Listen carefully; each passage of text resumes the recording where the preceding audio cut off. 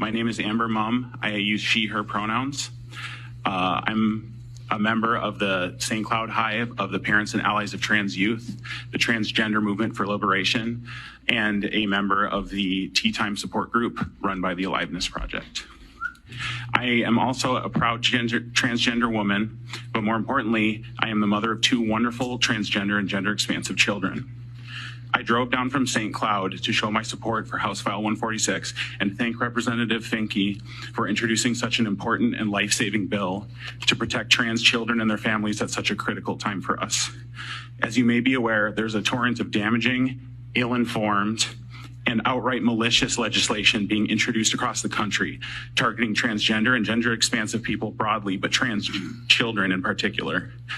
It is our daily experience to be forced to keep track of which state is safe for us to visit. Minnesota has been overall very accepting and supportive of our family, but even then we don't feel 100% safe and assured that we will be able to get the gender affirming care that both of my kids need and deserve.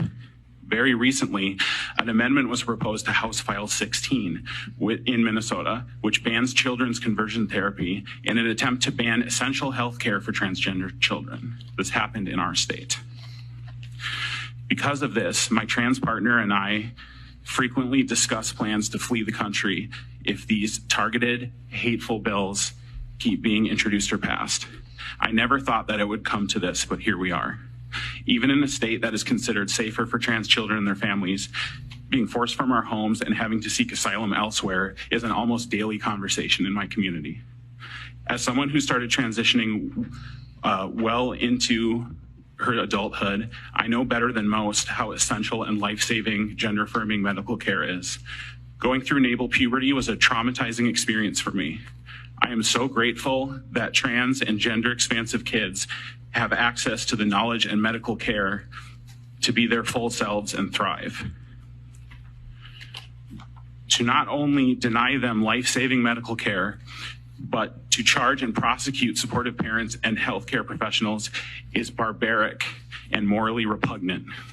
House File 146 would give parents of transgender children like myself, and more importantly, transgender and gender expansive children themselves across the nation, a safe haven and in an overwhelmingly supportive community.